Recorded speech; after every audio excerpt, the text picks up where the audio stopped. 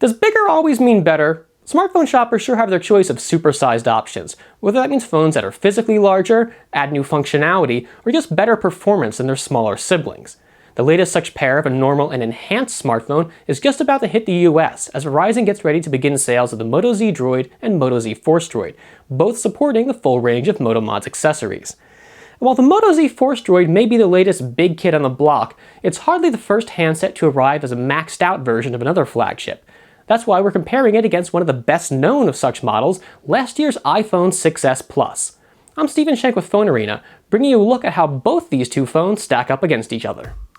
Both the iPhone 6s Plus and Moto Z Force Droid represent physically more substantial handsets than their smaller brethren, the iPhone 6 Plus delivering a larger screen than the iPhone 6s itself, and the Moto Z Force Droid arriving as a thicker alternative to the super thin Moto Z Droid. That extra size means room for bigger batteries on each, as well as a host of other upgrades. The iPhone 6s Plus picks up optical stabilization for its main camera, while the Moto Z Force Droid upgrades the Moto Z Droid's 13-megapixel camera to a 21-megapixel sensor, also adding phase detection autofocus in the process. And while both these Moto phones feature 5.5-inch screens, the Moto Z Force Droid ruggedizes its panel with the same shatter shield impact resistance we saw in last year's Droid Turbo 2. These handsets couldn't look much more different, which isn't something we can always say about a pair of modern-day smartphones. Apple's build is smooth curves and weighty, solid-feeling metal all around, while the Moto's body goes for a much more aggressive, almost industrial look. A significant portion of that design is configured to support optional Moto Mods add-ons, attaching to the phone via a magnetic mount on its back. Both the iPhone and Moto feature 5.5-inch displays, but while Apple goes with 1080p resolution, the Moto ups that to a Quad HD AMOLED panel, with the aforementioned shatter resistance.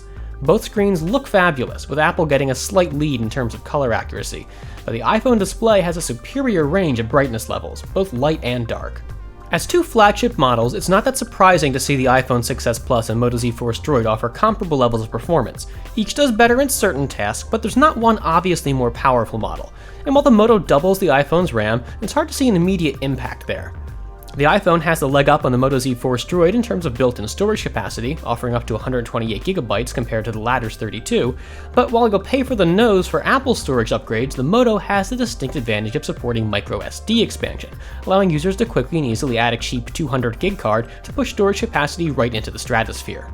Despite all the extra megapixels in the Moto Z Force Droid's camera, its output wasn't noticeably superior to the iPhone's, and while the Moto produced high-contrast shots full of saturated colors, Apple's exposure and color balance still managed to impress us a little more. The Moto Z Force Droid also offers a powerful manual camera mode, with lots of settings for dialing in just the look you're going for, but when it comes to point-and-shoot ease, it's hard to beat Apple's straightforward interface. Either of these handsets would make fine choices for shooting Ultra HD 4K video, with the phones handling such high-res footage with ease. Despite its advanced autofocus hardware though, the Moto struggles with reacquiring focus while recording video, making the iPhone a possibly superior option for action shots. Apple's generally a strong contender when it comes to multimedia performance, but the Moto gives it a run for its money here. Apple's speaker does sound a little better, but the position of Moto's front facer makes listening that much more enjoyable. And if you're stocking up on Moto Mods add-ons, you can always seriously upgrade the Moto's audio prowess with the JBL Sound Boost. If the rumors end up being true, the Moto Z Force Droid may be a vision of what's to come for Apple, with the phone dropping its analog headphone jack in favor of a USB Type-C solution. Considering the phone's thickness, that's a decision we don't quite understand, but at least a USB headphone adapter is included right in the box, and its output might even be superior to Apple's hardwired port. Call quality was fine on both phones, though the iPhone's audio fidelity was a bit cleaner sounding than the Moto's. While the Moto Z Force Droid packs a big 3500 mAh battery life just isn't where we'd like it to be, with the phone giving us just over 7 hours of operation on a full charge. Apple, meanwhile, manages to eke out over 9 hours with a much smaller 2750 mAh component. And though the Moto's battery may run out faster, recharging is also much swifter, taking about an hour less than recharging the iPhone. So where does that put us? Both of these phones fit into their manufacturers' lineups in similar ways and offer comparable performance, but they're still very different handsets, each prioritizing different things. Apple seems to pull ahead in terms of a refined design, great battery life, and maybe even camera performance, while the Moto Z Force Droid is a much more flexible phone, offering expandable storage, a quick-to-recharge battery, and maybe most importantly, support for the whole range of Moto Mods accessories. That all leaves us without one clearly superior phone, and whether you value the iPhone 6s Plus or the Moto Z Force Droid is going to depend a lot on what you want to get out of a handset.